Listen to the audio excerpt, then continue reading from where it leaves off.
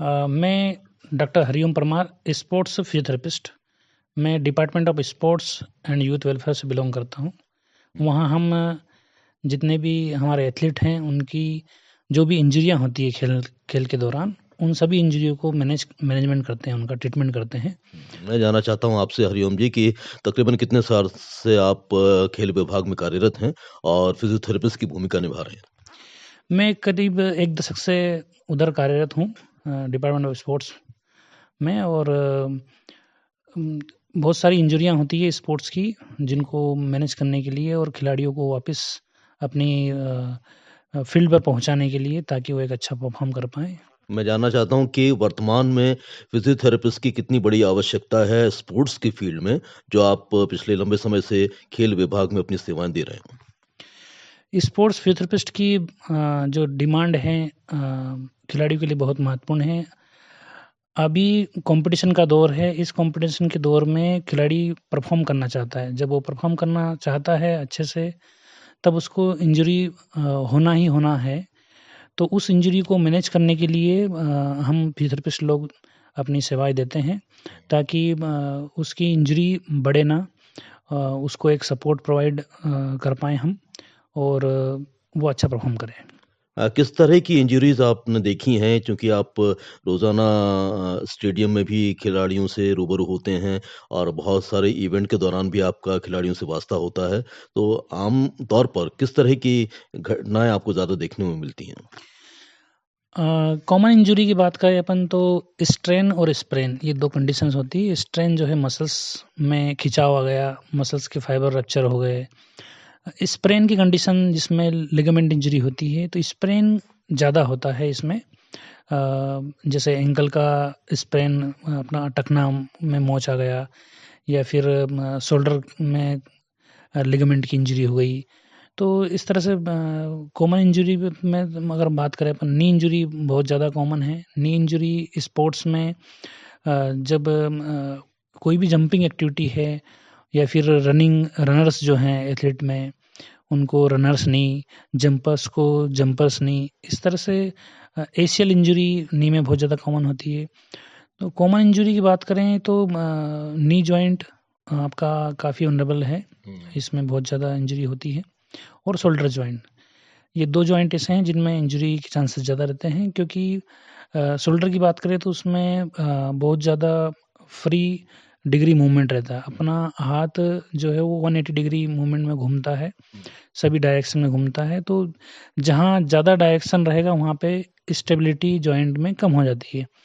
अगर अपन hip joint की बात करें तो वहाँ पे इंजरी इतनी नहीं होती, क्योंकि जो फ्री रेंज है जॉइंट की वो कम है। बट शोल्डर जॉइंट में बहुत ज़्यादा इंजरी होती है। लिगामेंट बहुत कॉम्प्लेक्स जॉइंट होता है। तो इस तरह से नी हुआ, शोल्डर हुआ, एंकल हुआ, ये 3 जॉइंट जो है ज़्यादा अफ़ेक्टेड रहते हैं। तो ज़ाहिर है कि जब चलता हुआ मैच हो उसमें भी खिलाड़ी दुर्घटनाग्रस्त हो जाता है। बहुत सारी इवेंट में उसे दुर्घटना का शिकार होना पड़ता है। तो रोज़ाना आने वाले खिलाड़ियों को आपकी कोई क्लास भी होती है जिसके माध्यम से आप पहले से ही सचेत करते हैं कि आप इस तरह से खेलें ताकि आपको दुर्घटनाएँ कम से कम हो, इंजरी कम से कम हो? हाँ, उनको समय-समय पर बताया जाता है खिलाड़ियों को कि आपको कुछ चीज़ों का ध्यान रखना है, विशेषकर जैसे वार्म अप हुआ, वार्म अप के बाद स्ट्रेचिंग हुई, स्ट्रेचिंग स्ट्रेचिंग के बाद फिर आपका इवेंट, इवेंट के बाद फिर वापस स्ट्रेचिंग, ताकि मसल्स की लेंथ मेंटेन रहे, उसके फाइबर्स सुलझे हुए रहें, उनमें डिपोज़िशन ना हो, जो पेन कॉज़ करने वाले कारक रहते हैं, उनका डिपोज़िशन ना हो, इसलिए उनको समय-समय पर बताया जाता है। जब भी कोई इंजरी होती है तो पूरा डिस्क्राइब किया जाता है कि आपको इस तरह से प्रॉपर वार्म अप करना है, प्रॉपर स्ट्रेचिंग करनी है, ताकि ये इंजरी अपनी उससे बचा जा सके। आप विभिन्न खेलों की स्पर्धाओं के दौरान भी क्या वहाँ पर सचेत होते हैं और खिलाड़ियों को आगाह करते हैं? अगर किसी के साथ दुर्भाग्यवश कोई इंजरी हो जाती है तो उसका ट्रीटमेंट भी आप तुरंत करते हैं? हाँ, जब भी इवेंट होते हैं, जैसे आपका हॉकी का टूर्नामेंट हुआ, या फिर कहीं पे टीम बाहर जा रही है, आउट ऑफ अपने स्टेट जा रही हैं, नेशनल इवेंट में जा रहे हैं, तो वहाँ पे फिजियोथेरेपिस्ट हमेशा साथ में जाते हैं, ताकि मेक श्योर करें कि कोई इंजरी अगर हुई तो उसका तत्काल ट्रीटमेंट करें, ताकि वो प्लेयर उस इंजरी में भी खेल पाए। और अपना अच्छा परफ़ॉर्म कर पाएँ। तो उसका विशेष ध्यान रखा जाता है। तो हरिओम जी, आपको कुछ ऐसे इवेंट याद हैं जिसमें आपकी मुख्य प्रतिभागिता रही हो और उसमें किसी खिलाड़ी के चोटिल होने के बाद आपने मुख्य भूमिका निभाई हो? ऐसा पर्टिकुलर पता तो नहीं है, लेकिन बहुत सारे इवेंट हैं जिनमें हम जाते हैं एक्चुअली। अब अभी रिसेंटली हमने एक फिजियो सेंड की थी, शॉटगन का एक इवेंट था उसमें। तो जितने भी अभी फिर एक बॉक्सिंग का इवेंट होने जा रहा है, उसमें फिजियोथेरेपिस्ट रहेंगे और जो भी खिलाड़ी रहेंगे उनका पूरा देखभाल किया जाएगा। और कौन-कौन सी बातें खिलाड़ियों को ध्यान में रखनी चाहिए जो ताकि वो अपने मैच पर पूरा ध्यान दे सकें और यदि कोई इन्हें दुर्घटना होती है, उनके साथ कोई इंजरी होती है तो उससे निपट सकें? खिलाड़ियों को सबसे महत्वपूर्ण है कि वो अपनी बॉडी को सुने। मोस्ट ऑफ द इंजरी तब होती है जब खिलाड़ी अंदर से थका हुआ है, लेकिन फिर भी वो सोचता है अति उत्साह में आकर कि नहीं, मैं तो कर पाऊँगा और मैं करूँगा।